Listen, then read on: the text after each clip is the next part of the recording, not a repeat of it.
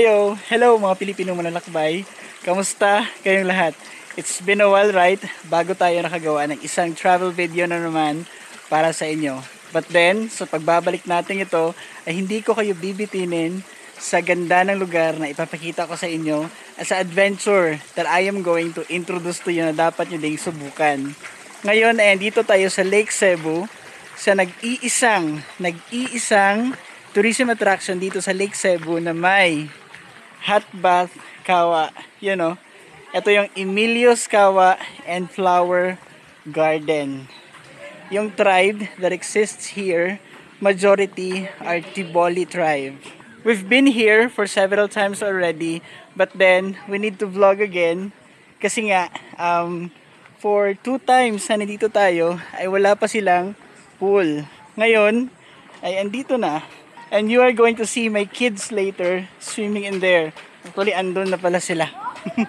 Anong later? Ayun na, una na. I am going to give you a quick tour. It's not going to be quick. It's going to be long na lang. Kasi kung masyadong matipid sa detalye, nagko-comment kayo na bitin. Pagpasok nyo doon, yun kaagad yung restaurant nila or yung hall. Si Madam, asa ka si Sir doon na nag-hi. Hi! This is going to be the place where you are going to dine. Maganda dito kapag umaga, tanghali, especially sa gabi. You know, this is also available for rent. Every 4 hours, it's more like 4 or 3,000 yata yun, if I'm not mistaken. But then, ibababa ko na kayo doon sa pool. So, malaki yung pool nila. As in, merong dalawa. Una, isang for the kids. But then, since yung mga anak ko, malalakas naman yung loob, ayun. Nasa pang-adult. So, andun banda yung cottages sa taas. Pero, iikot ko na lang kayo doon. Mag-hi muna tayo sa kanila. Ay mga boss. Hi. Hi. Vlog sir. Hi vlog sir. Hi vlog. Bakit ba kayo natitense kapag nakikita kayo ng vlogger?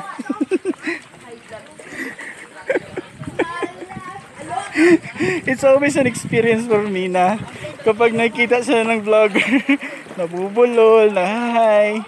This is nakakatuwa, right? So, akyat muna tayo dyan sa Sunflower.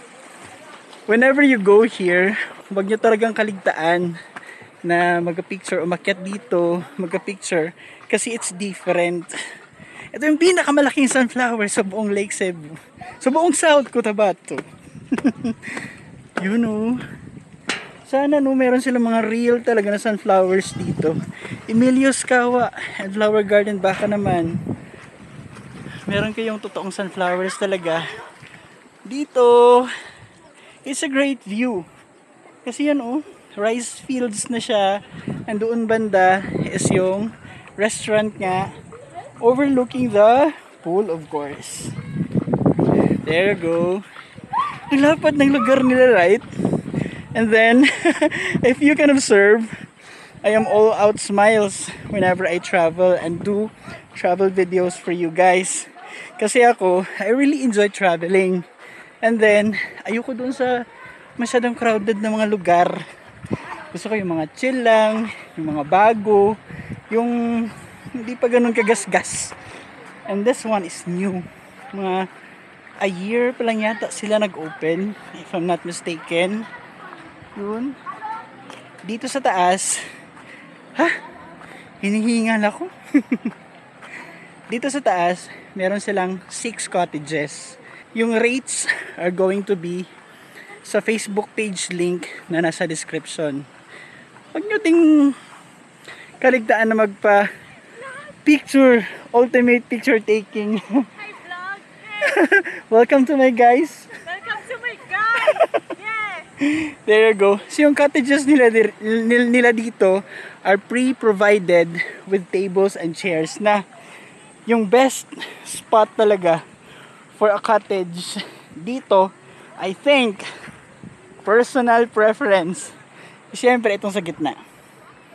Yun. Ito. Tara. Puntahan natin. Nakakahingal na. Yun o. Diba? Kasi, kita mo yung pool. Cottage kayo dito. Mahangin dito banda. Nakakahingal ng umakyat dun. Pero kung ayaw yung umakyat-akyat, meron naman mga tables and chairs by the pool. Yun. Which is also for rent. And wala lang siyang parang solid talaga na atip. Pero meron siyang umbrella if you are going to request it. Kung siguro mga 6 lang naman kayo, 5, dyan na lang kayo. Malapit pa sa pool. Pero reminder na whenever we see tourism spots like this, huwag kayong magdala ng food by the pool. So right now, we are going to experience the pool. After the pool, yung hot bath kawa. And then, I am going to give you a quick tour sa mga accommodations dito. Which is, malay natin, through this vlog, ay makumbinse kayo, right, na gumala dito overnight. Hindi masyadong marami yung tao ngayon kasi nga weekdays. So kayo, kung gusto nyo rin na palang solo-solo konti, medyo konti rin yung tao, chill lang, pumunta kayo dito ng weekdays. Tara, let's dive by the pool na! Hihi!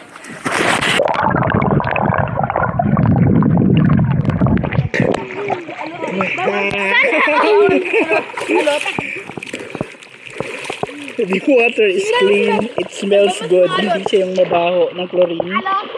Yun. It tastes a little bit natural. Kasi natikman ko konti. Yung anak ko pala sa likod si Silver. Hi Silver! Hello sa vlog. Hi vlog! Welcome to my guys! So ngayon ay magkawa na tayo. After the pool ay magkawa na nga tayo. You know? Yun. Dito tayo sa pinakamalaki kasi ang dami namin. Kung magkano to, again, nag-inquire lang kayo doon sa Facebook page na nakalagay sa description, yung Emilio's Kawa and then yung Vacation Rentals PH. Mga anak, give some space for daddy. Hihi. Kita na eh. Yun. Wow, relax. So ako sa tunga, anak. How was the experience? Relax. Lami. Nami, kayo good. Nice, good, relaxing kayo siya. And then, you know, Enjoy ka talaga. yung paligid niya kasi is malapad, maaliwalas. Right? Tapos maingat. Mainit. Bahagya lang. Bahagyang mainit. Ay anak. So ngayon, that I think you're convinced to go here sa Emilio's Kawa and Flower Garden Resort, ay ipapakita ko na sa inyo yung mga room accommodations naman wherein pwede kayo mag-overnight from good for 2 hanggang good for 18. Are you excited to see this? Kasi alam ko na marami sa mga followers natin dito sa Pilipinong Manlalakbay. Okay. Yung mga sadyang gala talaga, yung pang overnight talaga yung gala, tsaka malalayo. Tara, meron lamang kayong 5 options for accommodation dito sa Emilio's Kawa and Flower Garden. Kaya if you are planning to go here, dapat magplano kayo in advance. Magpabook kayo sa Facebook page nila or dyan sa Vacation Rentals PH. The same lang yung presyo nun. Kahit saan kayo magpabook doon. Kahit sino yung mag-reply ng mauna, okay lang. Yun. So, papasukin natin yung isa sa gitna. Yun. And then, yung isang pangmalakihan sa likod. Huwag na lahat kasi tatagal yung video natin. Ito yung isa sa may bandang gitna. This is good for 4. From here, pailawin muna natin. There you go. Yun, may ilaw na. From here, ay kitang-kita mo talaga yung flower garden nila. And then, yung pool. Yun o. So, yung rooms nila ay walang AC. Kasi dito, believe me or not, kahit walang AC, nangangatog ka sa ginaw. Hindi mo na kailangan noon dito. Yung anak ko nga kagabi, daddy, kubo, tapos walay aircon. Pagkagabi nagkurog. Ito yung isa sa mga rooms nila. Pasukin natin. Yun. Pasensya na kung medyo didilim konti ha, kasi hindi masyadong maliwanag yung ilaw. This is good for 4. May dalawa dito. And then, may dalawa din dito. Yung rates nito, ay doon na lang din kayo mag-inquire sa Facebook pages na nakatag sa description. Paulit-ulit yun ha. Huwag sa comment. Huwag kayong mag-comment ng comment dyan. Magkano, ganito, ganyan. Doon na kayo mag-inquire. Kasi, medyo busy tayo. Hindi ako nakaka-reply masyado sa mga comments. So, ito naman yung isa sa accommodation option ninyo na pang maramihan naman. Yung isa, yung dun banda is may naka-rent pa kasi for 5 days. Si Madam, from Baguio pa siya. So, nirentahan niya for 5 days. So, ito na lang yung papasukin natin. Yung katabi ng malaki din. Malaki din dito, oh. There you go. Saan ba yung switch ng ilaw? Hanapin muna nito. Hanapin muna natin yung switch ng ilaw. Ito pa. There you go. Right? The same. Wala pa ding aircon kasi malamig na dito sa gabi. As in, sa itong mga rooms dito, ay meron siyang sariling CR. Yun. This is the loo, yung CR. Bakit ba hindi ko mahanap-hanap yung mga switches dito? My God. Switches? Nasaan ka na? Dito para sa labas. Yan yung CR niya. Okay? Siyempre, we have to turn it off. And then, dito ay para sa mga maaarte sa sasakyan nila na yung gusto nyo, nakikita ito ng mga sasakyan ninyo whenever you travel, sa harap talaga siya ng parking lot. Diba? Speaking of parking lot, ay pupunta na tayo doon sa parking lot kasi igagala ko na naman kayo sa isang pang-ingrande. Hindi naman siya ganun ka-ingrande, I think. Pang-adventures pala na tourism attraction dito sa Lake Cebu, yung zipline at saka yung 7 falls sila. Let's go! After the Emilios Cawa experience, make sure na ma-experience na din yung pinakamataas na zipline dito sa buong Southeast Asia na nandito lang din sa Lake Cebu. Tara, pupuntahan natin yun ngayon and I am going, since ako pa lang yung pinakauna nag-zipline doon, I am going to challenge my family! Yun! Game! Game! Game! Game na nangangatog! Game na lang. Game na lang kurog. Let's go!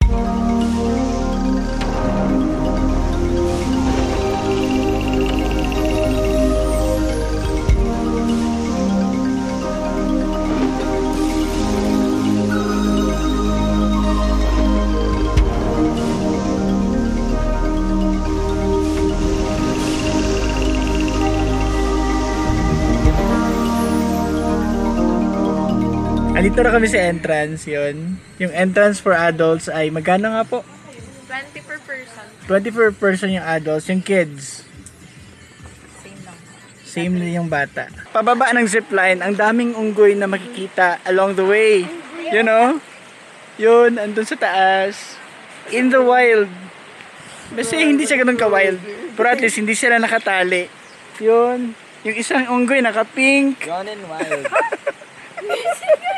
Oh, naka-pink. Yung isa naka-gray, yung isa naka-sunglass. Ano no? Marami doon no? Yun. Hindi na siya ganoon ka vivid sa camera, pero Yun, sa personal, makita mo talaga siya. Ayun, sa mga branches, oh. Yun. Yung isang unggoy, andito sa, napakalapit talaga. Eto, oh. Isang unggoy. Unggoy! Yung isang unggoy, andun, oh, sa pinakataas ng marang tree.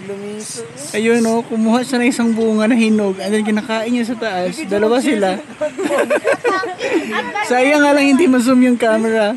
Yung isang unggoy naman, ayun, oh, nakatingin sa unggoy.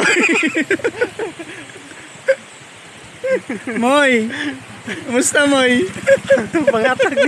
Bago tayo mag-zipline talaga, ay igagala ko kayo konti dito sa Seven Falls.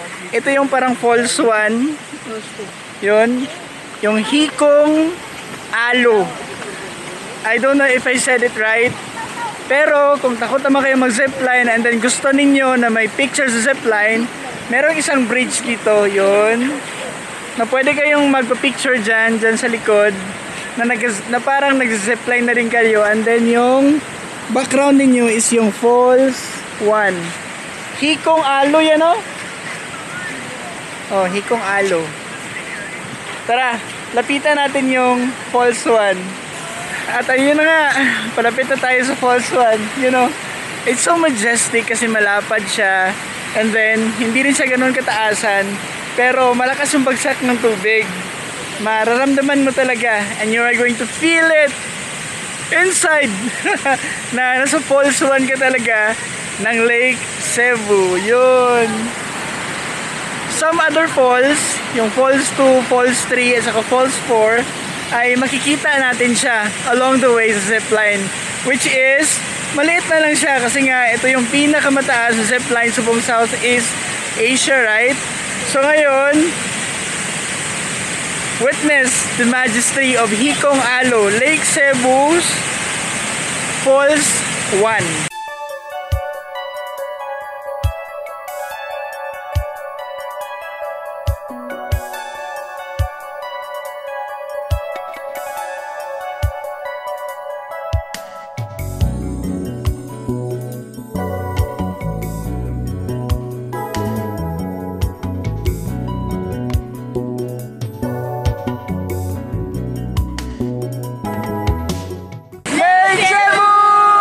As of August of 2023, 300 pesos yung bayad bawat isa. It doesn't matter kung adults or bata. For example, meron kaming kasama na 7 years old na mag-zipline. Allowed pa rin. No age limit daw, sabi doon, as long as kaya. So kami, 7 kami, you know, medyo kinakabahan na yung iba sa amin dito. 3 adults and 4 kids. We totally shelled out 2,100, you know. Exciting, right? Okay, so breaking station 1, ready to release. Mauna kami ni Silver. Open your eyes. Ah! Tarawa, tarawa.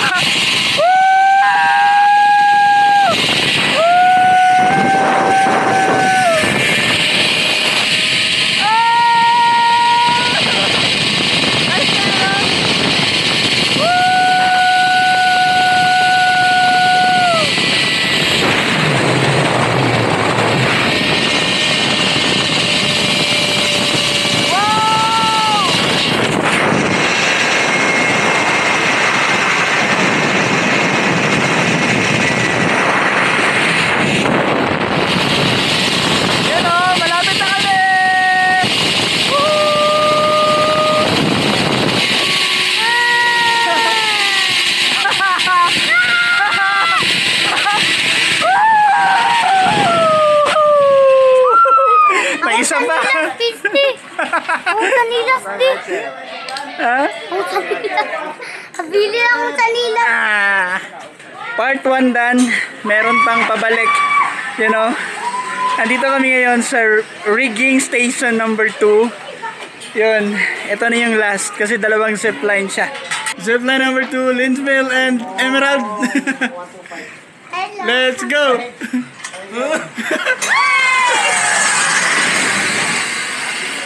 Second round, Diamond and Golden. You know. Ready to release, Louie J now. I love more to ride! And we're next. I am with Silver, you know, ready to release.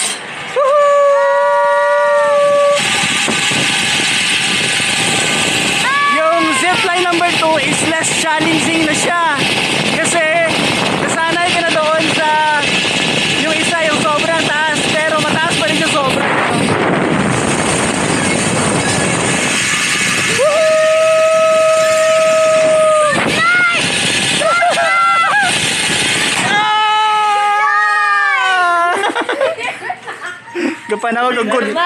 Panawag og good lord ng isa dere.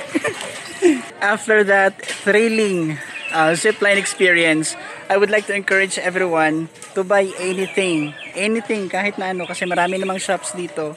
Ayan o, in support of local tourism. Kasi whenever we buy from them, it boosts local tourism to the max. Yun. So since wala pa akong panyo from Lake Cebu, nagawang Tiboli talaga, we are going to get one. Meron ako ditong nakita kanina, ayun o, yun sa taas, yun, this is handmade, yun, Tiboli na handkerchief, and we are going to get that. Magkano nga ate? Ha? 250. Pwede pa tayong maghagal pero wag na lang. And then they accept GCash kasi walang ATM dito, no? Ubusan kami ng cash. Thank you. And that ends our vlog for today. Hopefully nag-enjoy kayo sa panonood kasi nag-enjoy talaga kami sa travel day na ito sa Emilios Cawa and Flower Garden hanggang sa zipline sa Lake Cebu 7 Falls. And ito yung nabili ko kanina, oh, na Tiboli local handmade handkerchief. Yun, ang ganda niya, right? Tag 250 only. If ever maubusan kayo ng cash, ulitin ko na they accept GCash para at least wala kayong rason na hindi bumili. I would like to encourage everybody again and i-push talaga kayo na whenever you travel to places like this, bumili kayo ng kahit ref magnet lang, yung mga local delicacies, kasi it helps boost their local tourism, you know. So see you again mga Pilipinong malaklakla, nabubulol na ako. See you again mga Pilipinong malalakbay. Follow and subscribe!